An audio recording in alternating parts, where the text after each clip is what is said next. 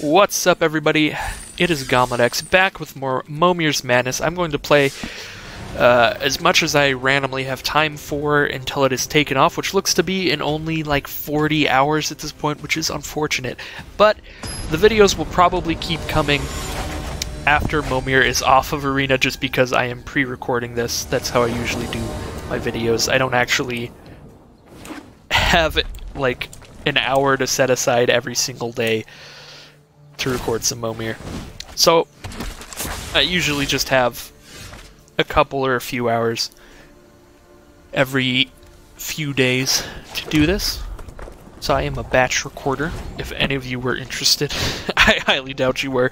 But let's get started with the Momir and stop talking about random mundanities. I don't know why my mind went that way.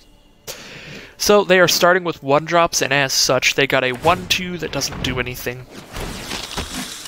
And now they're at 2 mana, they got a Dusk Legion Zealot. That's very nice. It actually doesn't do as much as you'd think. Usually that's pretty nice, but the fact that my opponent played a 1-drop basically means that all this did was get them the card back that they spent on a 1/2. So didn't actually do anything that insane. Got a Stormfleet Spy. That would have been pretty sick if they attacked first, but haste is an ability that exists, so it's really hard to justify waiting till after attacks. Like, either way you do it, there's always a possibility you just get screwed over. You're like, oh, I got a raid guy, should have attacked first. Oh, I got a haste guy, should have played my creature first. You've got no way of knowing, so raid cards are pretty awkward in Momir.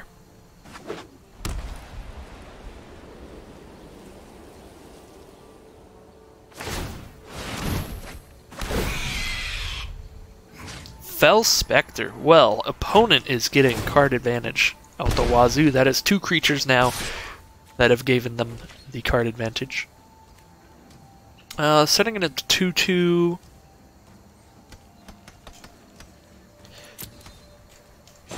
Yeah, the highest power creature on their board is 2, so I don't think I need to block just yet. No, I meant 4. Alright, here we go. Oh yeah, I forgot how good Fell Spectre is in Momir. I forgot that it's for any time I discard a card. Well, that's pretty rough. That is a very good start for our opponent. So literally just every turn I'm taking 2 from Fell Spectre. So I need to get that thing off the board as soon as possible. See how the opponent blocks here. I would be very happy if they blocked with their 1/3 and their 1/1 because they really wanted to kill my 3/2. Be super happy with that. Looks like they're just chumping. Fair enough.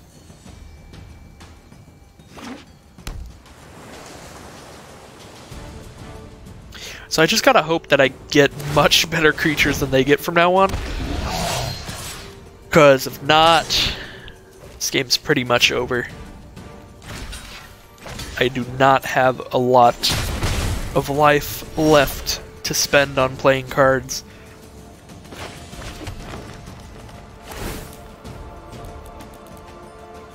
So now I go down to 9.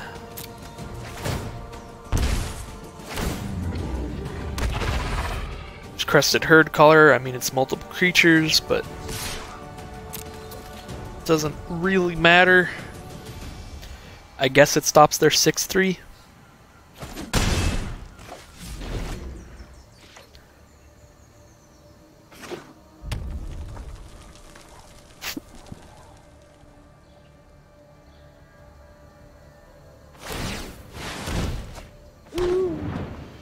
Opponent goes for a 4-mana card? Okay. I mean, they got rewarded, they got a flyer, so I guess my opponents just got infinite knowledge of the future. Opponent's got the Millennium Eye over there. Well, I'm dead. So I take 3. Then I'm at 3 life. I have 1 more card to get, and then I'm just straight dead.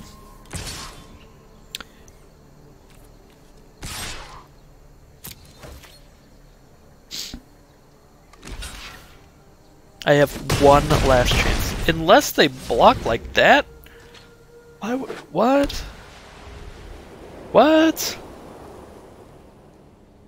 Strange block from opponent.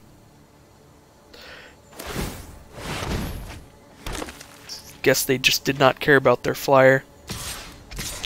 They got one of the best 7 drops, the Angler Turtle.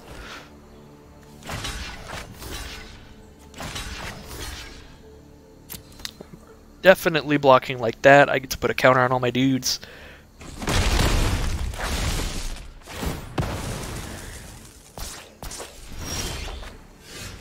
And I don't take any excess damage from that guy. Alright. This is basically the last chance. It's gotta be something that kills that Spectre right now, or I am dead.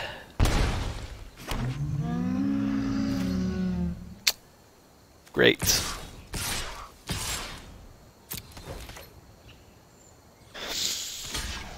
And I have to attack with everybody. I guess I can survive this turn.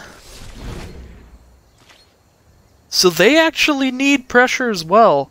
I can't play another card if they attack with the Spectre. Okay. They didn't attack with the Spectre. But they might have been dead if they attacked with the Spectre. Yeah, they would have been dead if they attacked with the Spectre. So now, I still have to attack with everybody. Do I want to go to 1 life here? I think I do, because if I get that Haste Dragon, they're dead. Wait, but the Spectre will definitely die. The Spectre will definitely die. Let's, cancel this. Yeah, Spectre has to die this combat.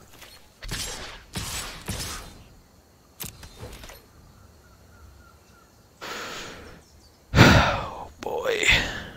This is not wonderful.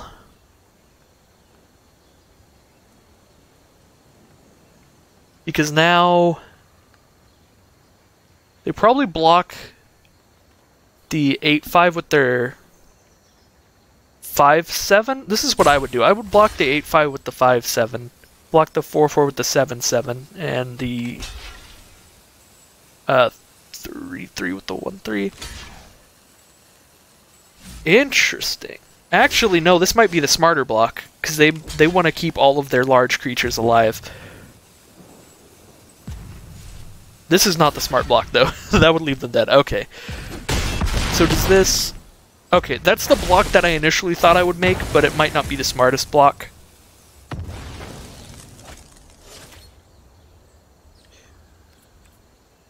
Okay, so now I play a 7-drop.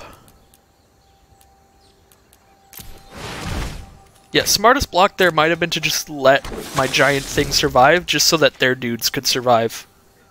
Because if both their big dudes survived, then they would swing back here and I'd be screwed, but that block works as well, because their Thorn Elemental is alive, which means I'm dead. I forgot. I completely blanked out about Thorn Elemental's ability, so I am just dead still. Because Thorn Elemental can just say I lose. Which he's gonna do right now.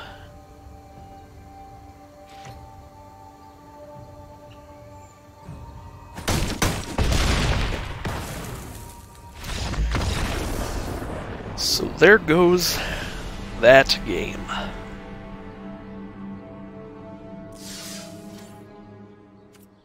Well, yet again we are starting off with a loss.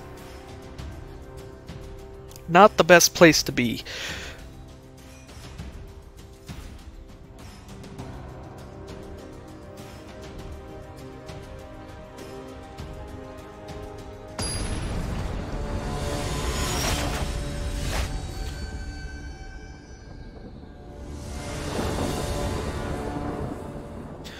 Alright. Heading into round 2, can we get a win? That would be nice.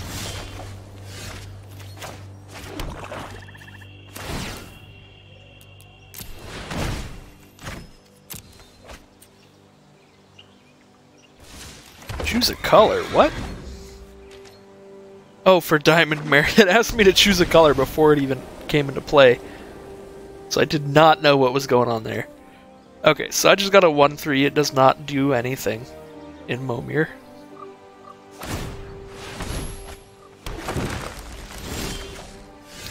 It goes with a 0-4 Indestructible Reach Defender.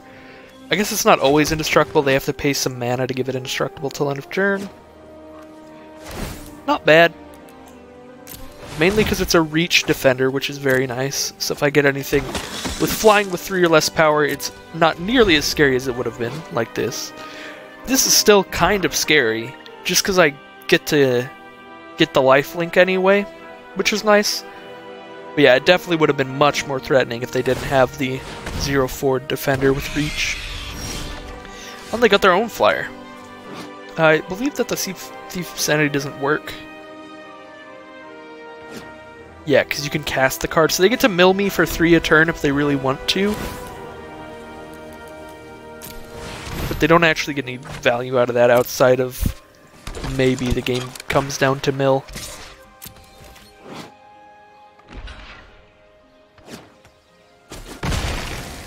Alright, so it looks like we're just trading flyers. I'm not gonna do that. I don't really have a reason to.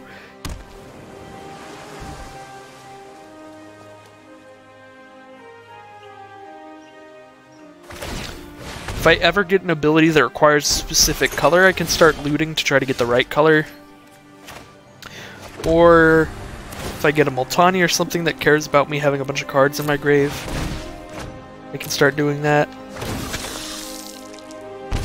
Vampire Sovereign.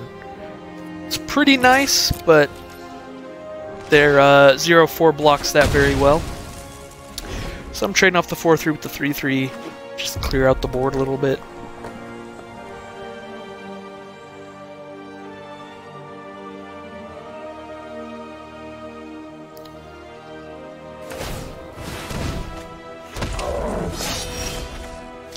So to get the 6-3 trample guy, he's pretty nice.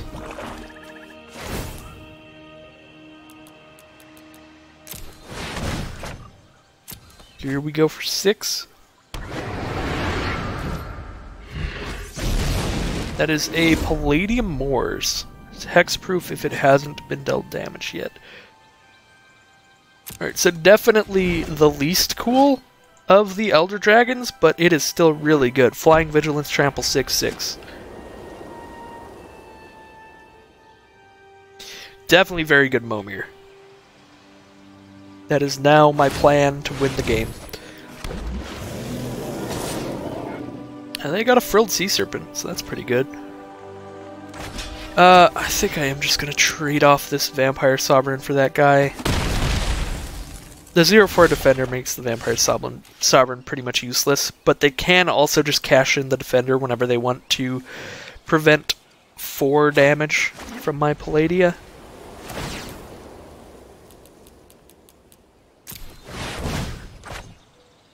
But I assume if I had Palladia and the 3-4 Flyer out, then they would not be blocking Palladia for a while, just so that the 3-4 Flyer can't get any value in. Now I have a 3-7 Flyer. And I get to draw cards when I attack with Flyers, so definitely a really bad spot for my opponent to be in. Wind Reader Sphinx is a very nice card. I'm usually pretty happy when I get it, but there are occasions when you get it when it's just absolutely not what you need. But that's pretty rare.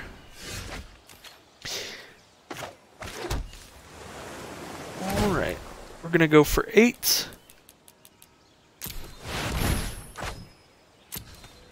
Hopefully just get some fat butt ground creature, like a Torgar.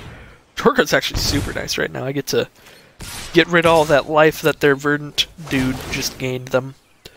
Problem though is that they get to keep gaining life every time they play any creature out. But I've got 9 damage a turn on them. Or actually just 6 damage a turn on them. Because this guy's not dead. I don't know why I thought he would die that combat. So yeah, I got 6 damage a turn on them, so if they gain less than 6, that's good. And they gained 8, so this Verdant Sun's avatar is definitely going to keep them alive for a while. But I've made it to 9 mana, so could get a Zakama. Hopefully just end my opponent's hopes and dreams. Forever. So this is one of those situations where, since I am going to make it to 10 mana next turn, I probably will just start spamming 16/16 Indestructibles.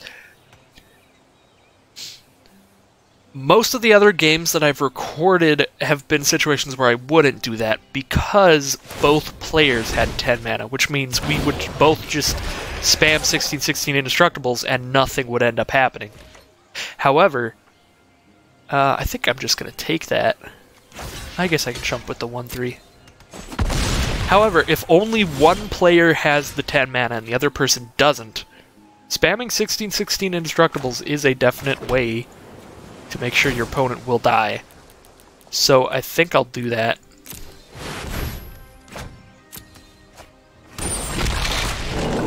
Because they can't take turns off to make it to 10 mana. And now I've got like the ultimate blocker for their shit, and I'm going to start attacking with it. The thing is, since they have a Polyraptor, I need to get 2 of them before this guy really does anything. But then it's just going to keep chipping away their creatures.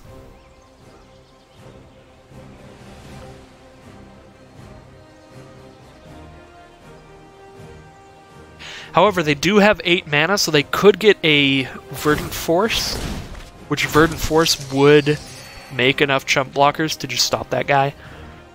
But looks like they go for 7. And there's the scoop from our opponent. I think they just realized that while they could save enough to stop the damage from the flyers, the 16/16s were just going to endlessly keep coming. So let's check out what is in our random weekly win pack. Come on, Shockland, just once. Midnight Reaper. Alright, well, we're never going to get a Shockland. It's just not going to happen. I could also use more wild cards, for sure. I do not have a whole lot right now. So let's head back into the Momir. We have gotten 1 win and 1 loss, so we are at exactly average. My last Momir run, I went 2-2, and I was pretty disappointed with that, but, you know, technically, statistically, that's literally just average, so I don't know why I was so unhappy with that.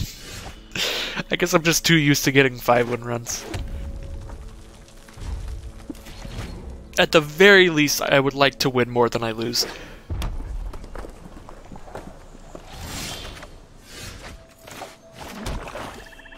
Alright.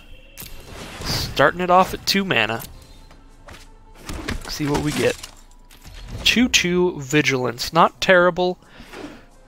I just hope it doesn't get blanked right away. Hopefully they get something with only 2 toughness or less. Otherwise I'll be a little bit sad. Perfect. So we might just trade with that.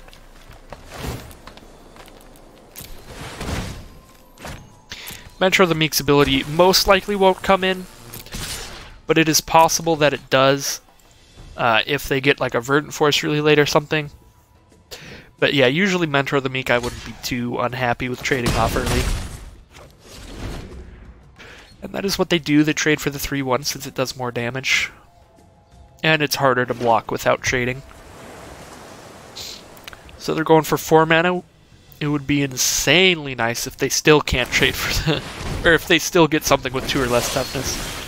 Nope, they got a 2/5, so that is probably going to stop my onslaught for a while now.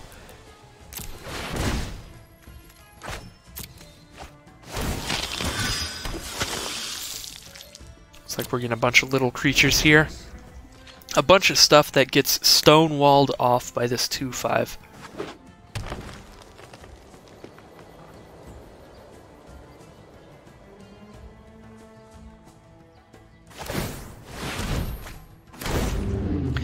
At 5 mana, our opponent gets a 3/3 flyer. Certainly not bad. Flyers are insanely good.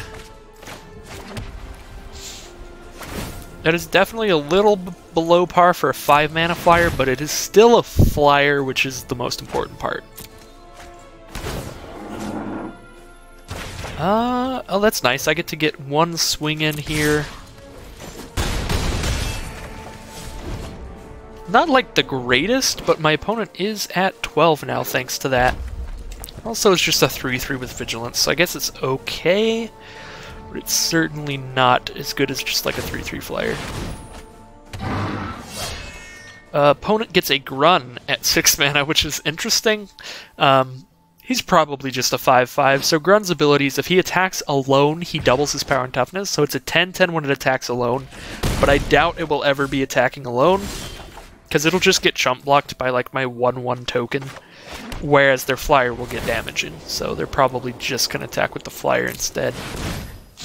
So see what we get at 6. Cross your fingers, not a Demon Lord. It is not a Demon Lord, and I get to kill their flyer. Very nice. Burning Sun's Avatar. Pretty sick. So I could attack with everybody, in which case I get 3 damage in, and then my decently sized creatures die. So let's not do that. Yeah, my 3/3 Vigilance and my 3/2 would both die if I did that. I would put them down to 6, but I think I'd rather just have these creatures around.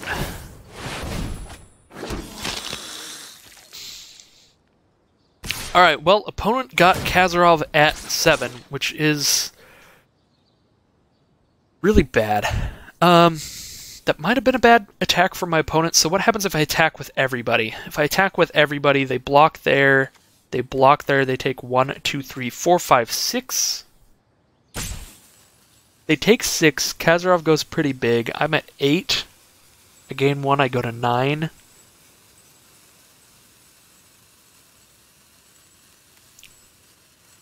I think I do just chump block that.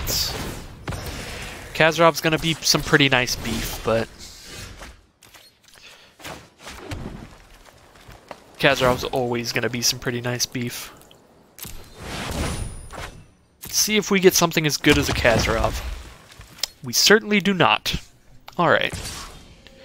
So we send that in.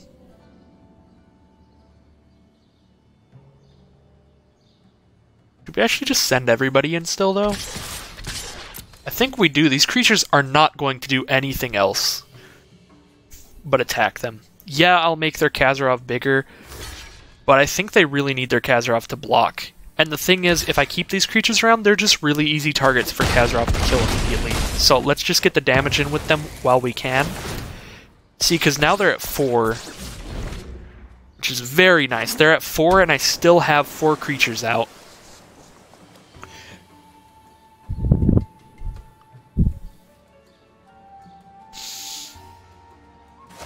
See, if I can get any of these 2 creatures to hit them, then they just lose. So they got a 7/7. If they attack, they are dead. So they do not attack. That is the correct play. Let's see what we get. 8.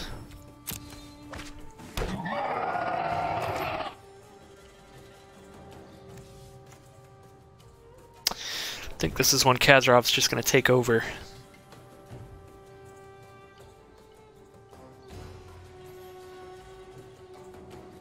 If I attack with everyone, they take 2. Then they're at 2 life. But, problem is, I attack with everyone. 7/7 dies, their 7/7 dies. My 6/6 dies, their Kazarov stays. My 3/2 dies, their Grun stays. My 2/2 stays, and they take 2, which means they go to 2. I have a 2/2 and a 9/9. They have a 5/5 and a, like, 10/10 or 11/11. So I think attack is just bad here. I could attack with the 7/7 by itself, but in which case they would just trade with their shitty 7/7. And Kazarov would go up to an 8/8. This is not a good position. I'm probably losing this.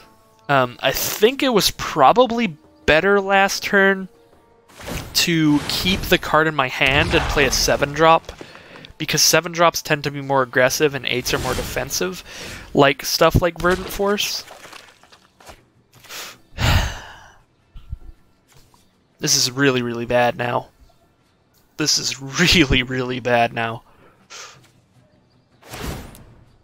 Like, I need to get my own Verdant Force now, basically.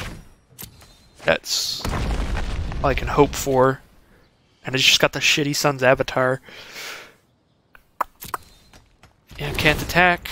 Now I just can't attack for the rest of this game. Because now they're just going to have a bunch of Saprolings that they chump block with the Saprolings, and then their Khazarov gets big enough to just kill me on the crackback, so I'm pretty sure I've lost.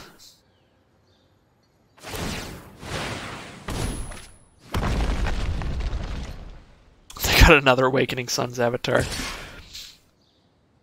Oh, they're sending in the Khazarov now. Alright, so I'm going down to 12. So I have 6 attackers. They have more than 6 blockers because Verdant Force is ridiculous. So they just chump block with absolutely everything except the Verdant Force. I lose. It's not even a chump block because I trade off my 7/7s with their 7/7s.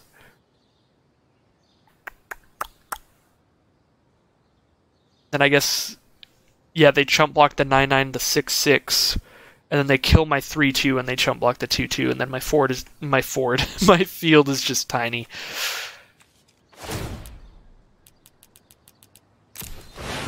Pretty certain I lose. I think I really misplayed earlier. I really should have went for a 7-drop. Like, I guess I should still be going for 7-drops at that logic. I'm not really sure. I'm not playing the best right now. But it's Momir, so everything's random, so it's really hard to know what the best is in this situation. But I think it's probably 7-drops. So, I mean, if I survive this turn, I'll go for 7-drops, which looks like I do survive. They got a second Verdant Force. Well, now there's just absolutely nothing I can get.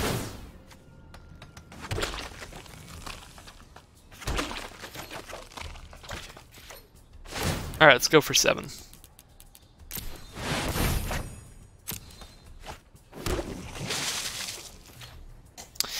Man, that sucks. I brought him down to 4, and then a single Khazarov's just gonna end it, but that's how Momir will go. I mean, the Verdant Forces. The Verdant Forces were also relevant. Alright, well, there goes that Momir's Madness event. That was a pretty unfortunate record, but you win some and you lose some. The incredible win streak that I did last time I played could not stay forever. Momir is a random format. I can't just go 5-0 3 times in a row forever. Well, thank you all for watching. Let's see if we got anything good in the rewards at least. Nope, these cards both suck. Well, thank you all for watching, and I'll see you next time for some more Momir's Madness or some Ravnica Allegiance. I'm not sure which. Ravnica Allegiance should be on very soon. I think by the time that this video is uploaded, Ravnica Allegiance might be on. So, might be that next video. But thank you all for watching, and I'll see you soon for more Magic.